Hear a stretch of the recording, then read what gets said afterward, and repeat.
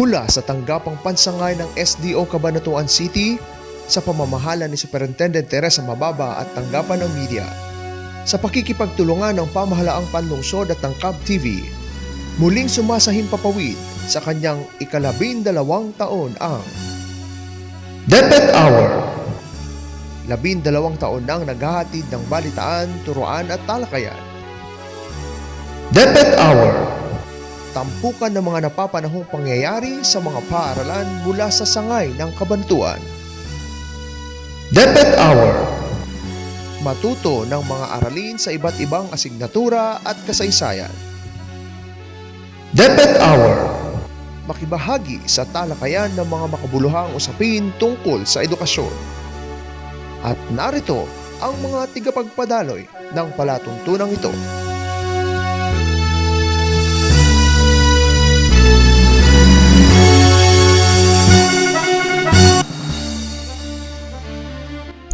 Good evening. It's Wednesday, the 10th of August. So welcome to the first episode of DepEd Hour for Year 12. This is Annalisa Esteban, your newscaster for tonight.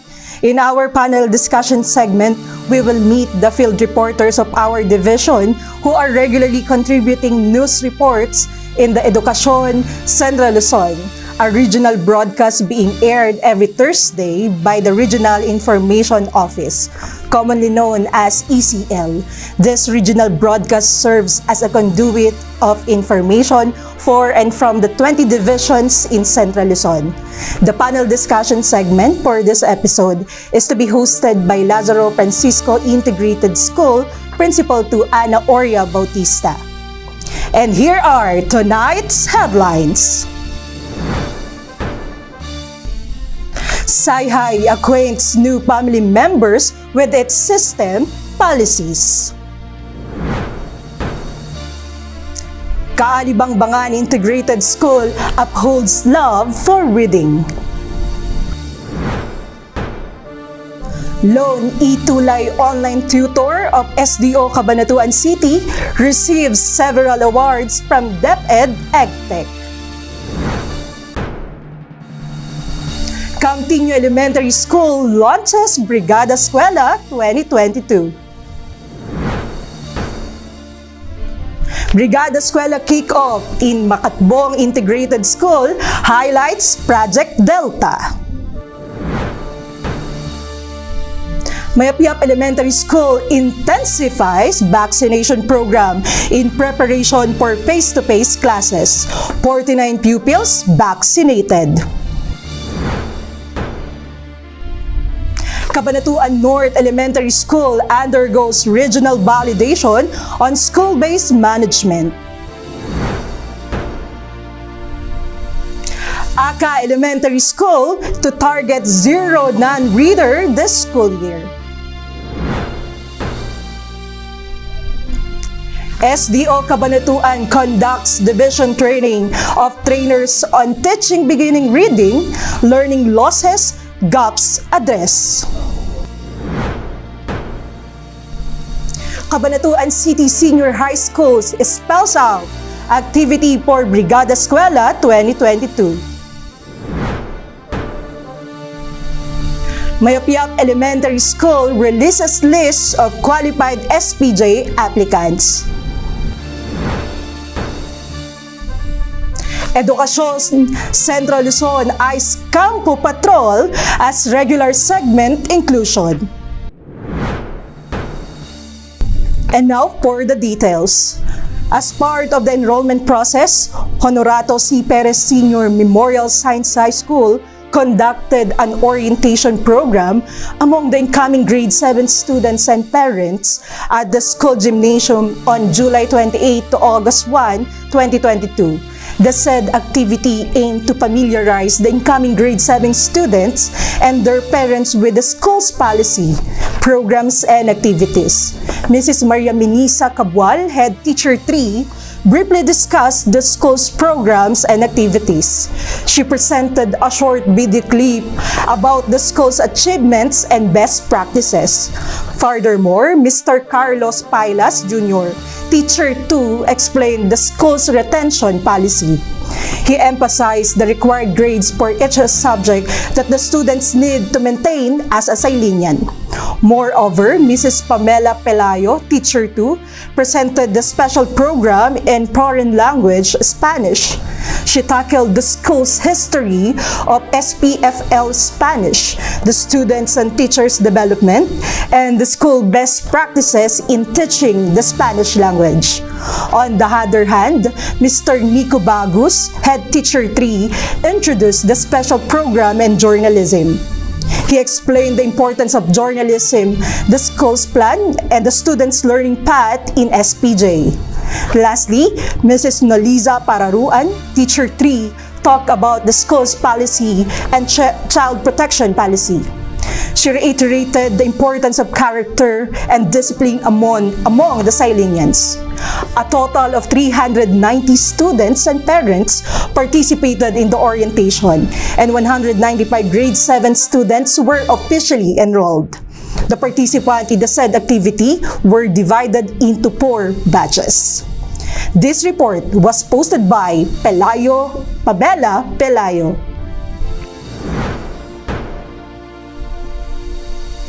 In other developments, love for reading coupled with aesthetic ambience will be the highlight of the Reading Cafe inside the classrooms at Caalibangbangan Integrated School. With the theme Hot Books for the Cool Readers, the pupil will foster the love of reading in the school year 2022 to 2023 as they have their time inside the cafe and choose the book that they love to browse. The cafe is intended to remind the pupils of the importance of reading in one's life. This will also help them to practice reading with comprehension. Cesar Ray Espiritu, an English teacher from grade 6, proposed the said project which he believed that reading is the soul for learning. He also added that having this kind of reading spot inside the classroom will trigger the learner's love for reading. The brewing of the Reader's Cafe will start on the 22nd of August as the start of academic year, and an orientation will be conducted on the same day. Principal Narcisa Gusi hopes that this will spark the love of reading and relieve the feeling of the happiness while reading. She also added that as technology took over us, let this project nurture the heart and mind of the learners through reading. Meanwhile, Brigada Pagbasa is also one of the activities in the school as part of Brigada Eskwela. This only shows that the school is giving much time in teaching reading. This report came from Media Bureau News Files.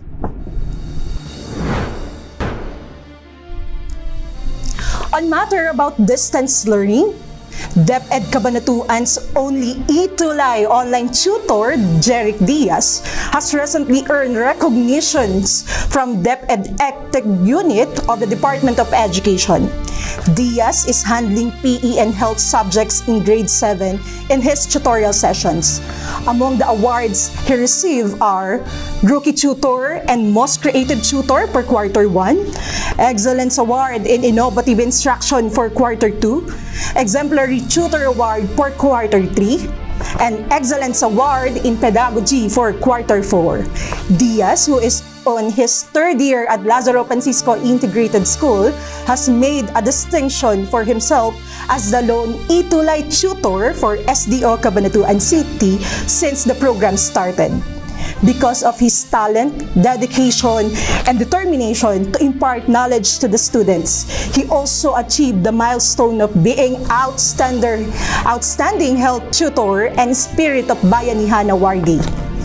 In the management committee meeting held recently, SDS Teresa Mababa commended Diaz for the distinction he earned not only in SDO Cabanatuan City Division but also in the entire country. Online e-Tulay tutorial sessions can be watched on YouTube, DepEd TV, and Facebook live streaming by DepEd EdTech Unit DepEd Philippines. Even with the impending reopening of in-person classes by August, e-Tulay online tutorials will continue airing. This report was posted by Mallory Arenas of Lazaro Francisco Integrated School. In preparation for the opening of classes on August 22, Tinio Elementary School launched the Brigada Eskwela 2022 last week. For the details, here is the field report of Christian Jebi Dalirio. Tinio Elementary School successfully launched Brigada Eskwela 2022, corresponding to this year's theme, Upholds, Hamon, and Pag-aaral. This three-day kickoff ceremony commenced last August 3 to 5, which showcased a colorful and musical motorcade parade around Barangay Camp Tinio, followed by an opening program held in Camp Tinio Elementary School's gymnasium. As Brigada Eskwela coordinator of Camp Tinio Elementary School, I'm appealing to our CTS stakeholders to take part in our activities. Also, I would like to express my heartfelt gratitude to those who lend their help in the success of our Brigada for the first week. With the help of our Principal, Brigada Eskwela. Among the highlights of the said event are the Zoom Brigada para sa Eskwela, Zumba for a Cause, Brigada Eskwela inspired photo booth designed and set up by the talented teachers of CTES, and Ukay Ukay booth for a cause. The collective efforts of the school administration, teachers, parents, and other stakeholders aim to ensure that Camp Tinio Elementary School is well prepared, safe, and secured for the upcoming face-to-face classes this August 22. This has been Christian Jebi Dalirio, Camp Controller of Camp Tinio Elementary School under the supervision of Principal 3 Marjorie S. Cagatin and Master Teacher 2 Mirasol A. Cordes. Reporting for DepEd EdTech. On collaboration, with its aim of not only reviving the spirits of bayanihan, but to look also for community partnership and potential stakeholders who will share time, service, and resources, Macatbong Integrated School has launched Project Delta, or Damayan sa Balik Eskwelang Ligtas, Babangon at Aaksyon, as one of the highlights during School Brigada Eskwela kickoff last Wednesday, August 3. Citing this year's theme Brigada Eskwela, tugod sa hamon ng ligtas na pagbalik-aral, the school successfully conducted a caravan through the collaborative efforts of participation of GPTA officers, SGG officers, and barangay officials to disseminate Brigada Eskwela's scheduled activities. BE School Coordinator Frances Catabas spearheaded a program where the accomplishment reports of last year's program Delta were revisited as basis. Project Delta mobilized hundreds of parents, NGOs, local businesses, teachers, students, and other education stakeholders who volunteered their time, skills, and resources. Among the activities slated during the launching of this year's Project Delta are Sumbayanihan and School Ukay Ukay that gained massive support. Proceeds of the project will be allocated on the possible makeshift classroom of grade 10 due to the lack of classrooms at the school will have its full implementation of junior high school this school year. School Principal Eufemia Santiago highlighted the importance of community involvement and shared responsibility as key factors for the success of the reopening of in-person classes on August 22. Santiago also ensures the safety of everyone as the school complies with the required health standards and all other relevant protocols while conducting the Brigada Eskwela activities. This report came from DepEd Media Bureau member Regine Grace Oligario of Macatbong Integrated School. On vaccination, Mayapyap Elementary School has intensified its campaign to increase the number of vaccinated pupils as the opening of school year 2022-2023 approaches. DepEd Media Bureau member Mabel Ebuen filed this report. With its goal to give the best to all batang MES, Mayapyap Elementary School intensifies its vaccination campaign in preparation for the full rollout of face-to-face classes. Last August 5, a total of 49 pupils were vaccinated. Out of this number, 35 received their first dose and 14 got their second dose. 13 MES parents and guardians also received their booster shots. All pupils undergo screening and monitoring. Parents hold their children while being inoculated with the reformulated Pfizer COVID-19 vaccine. The vaccination team patiently discusses the possible side effects of a vaccine such as pain, redness, itchiness, or swelling at the injection site. When the school year 2021-22 ended, a total of 651 pupils or 52.71% were vaccinated. As of this time, out of 797 officially enrolled pupils, 404 or 51% were vaccinated. Department of Education officials emphasized that the vaccination drive for children is vital to the implementation of face-to-face classes and the general welfare of Filipino learners. Mayapyap Elementary School teachers and staff are passionately committed to this program since they believe that the future of learners is related to well-being, mental health, and physical health. The school cannot achieve and move to new forms and ways of teaching unless the children are healthy. Principal Tulay Alvaran said that the school will continue to support this vaccination drive as this activity will be an essential component of the ongoing efforts to accelerate the safe implementation of face-to-face classes. Reporting for DepEd Hour, this has been Mabel Abuan, DepEd Media Bureau member from Mayapyap Elementary School. ACA Elementary School targets zero non-reader for its pupils from grades 1 to 6 for the coming school year 2022 to 2023. This was talked about last time Monday during the meeting presided by the school principal Alan David Valdez held at the e-classroom. Because of the learning gaps being experienced by the pupils brought about by the pandemic, the teachers will focus on helping pupils to read. This will be their basis to strengthen the reading intervention to be given to the pupils this school year.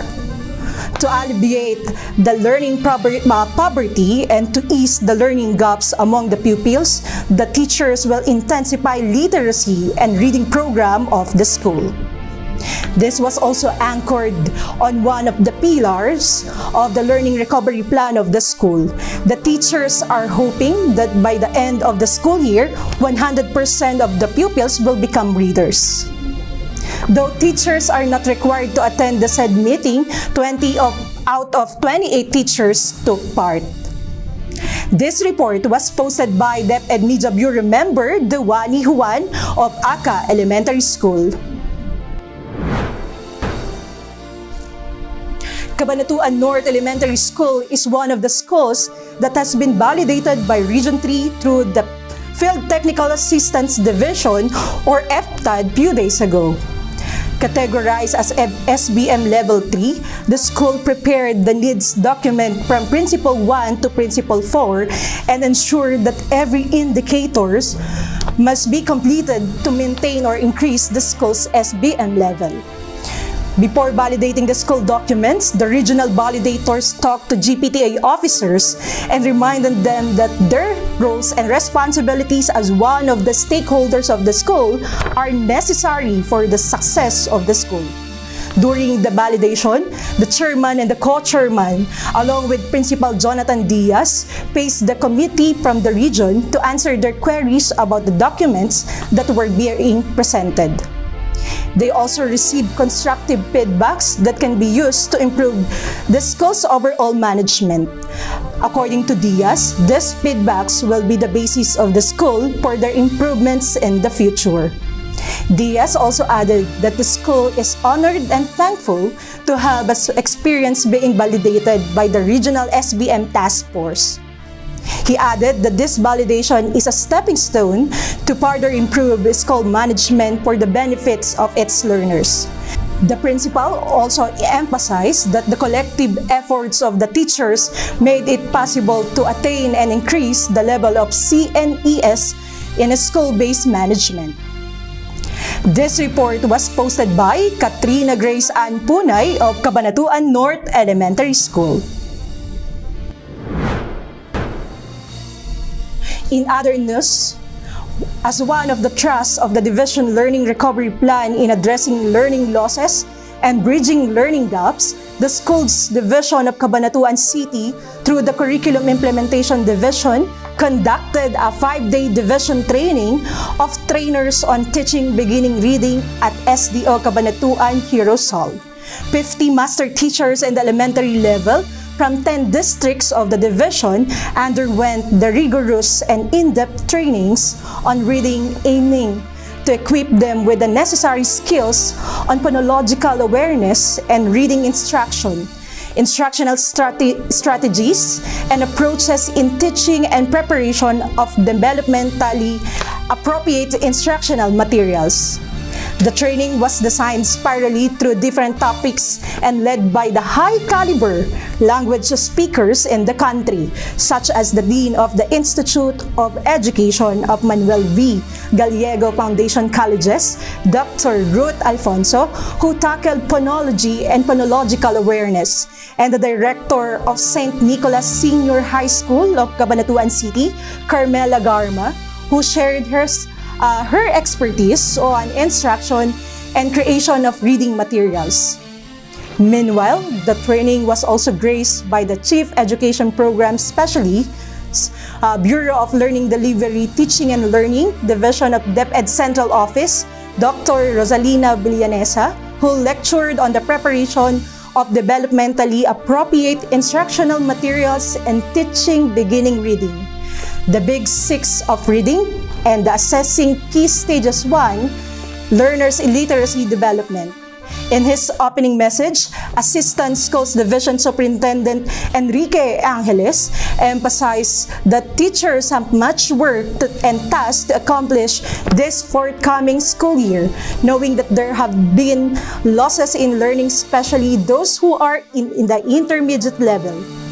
Angeles also made an analogy that teachers are like miners digging with the diamond, which are likened to the learners who are just waiting to be discovered through the different strategies that need to be employed by the teachers for the learners to see their worth.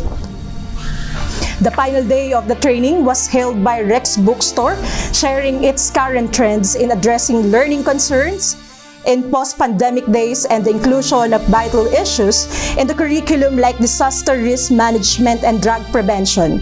Sharing of the best practices by ACA Elementary School, Sumacab Elementary School, Santo Niño Elementary School, Macatbong Integrated School, and Eastern Cebu National High School completed the last day of the training. In an impression shared by Sapang Elementary School Master Teacher Ryan Masaybing during the closing program, he shared that what he knows now is much better and correct than what he knew before. The attendees are now expected to schedule their ECO seminars on their respective districts before school year 2022-2023 starts. This report was posted by Nico Bagus, Head Teacher 3 in English from Honorato C. Perez Senior Memorial Science High School. Still on school preparation for school year 2022-2023, in reference to DepEd Memorandum No. 62 Series of 2022, Brigada Eskwela program shall be implemented starting August 1 to 26, 2022 for the Brigada Eskwela sa paghahanda.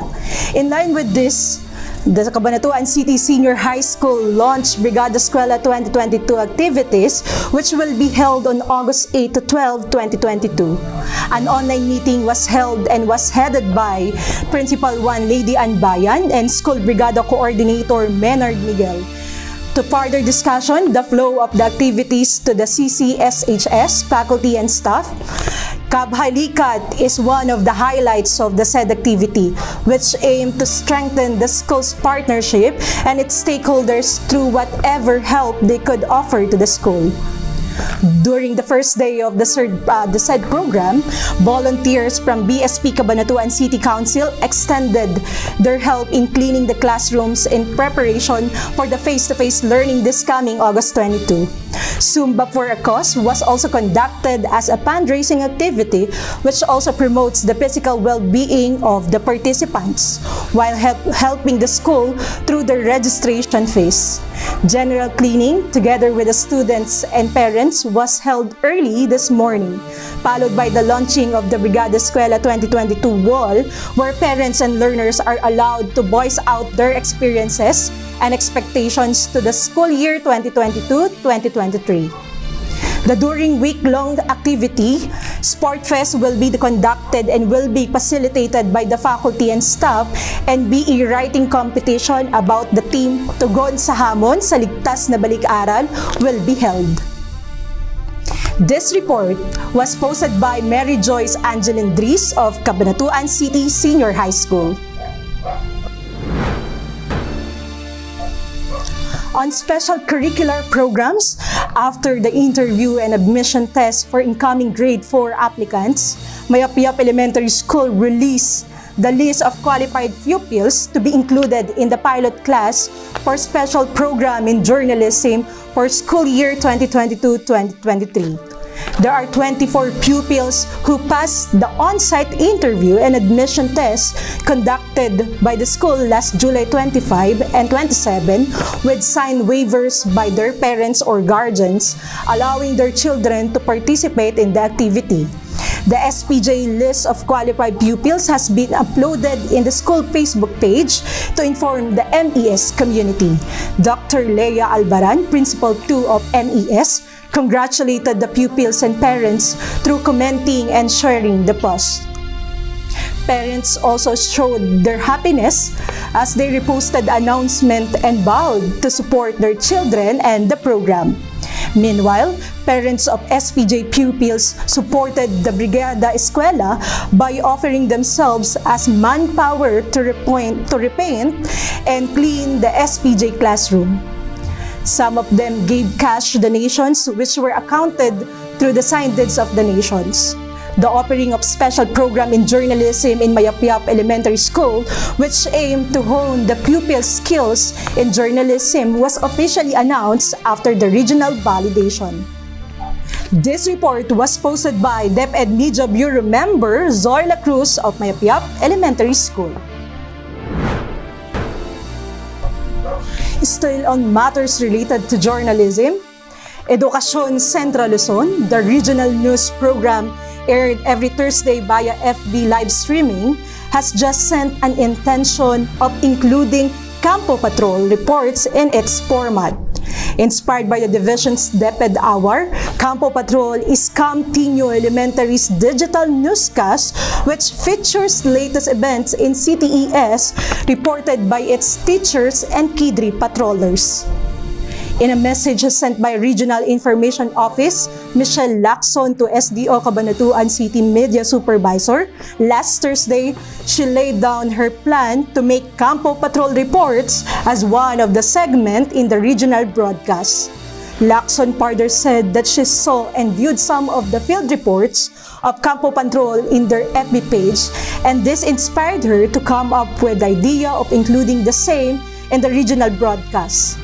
As initial response to the invitation of ECL, personnel of the media unit of the division visited the studio of Tinio Elementary School on Monday to witness their recording session to help them improve their reports in terms of quality of audio and video. The video editor and recorder, Franklin Catabas, and scriptwriter Christian Jebi Delirio were given inputs how to improve their field reports because they will become parts of the ACL regional broadcast. As of press time, the details of expanding the regional broadcast are not yet cleared if the same invitation will be extended to other pupils reporters in other divisions. This report came from Media Bureau News Files. And these are the latest developments in and around DepEd Cabanatuan City. Stay tuned for the panel discussion segment to be hosted by Lazaro Francisco, Integrated School Principal 2, Ana Oria Bautista, Her guests are Mabel Ebuen of Mayapyap Elementary School and Maria Regina Inguto of Tinio Elementary School, field reporters of the Division in Regional Broadcast Education Central Luzon. This has been your newscaster in the initial episode of DepEd Hour for Year 12, Annalisa Esteban. Good evening and see you around.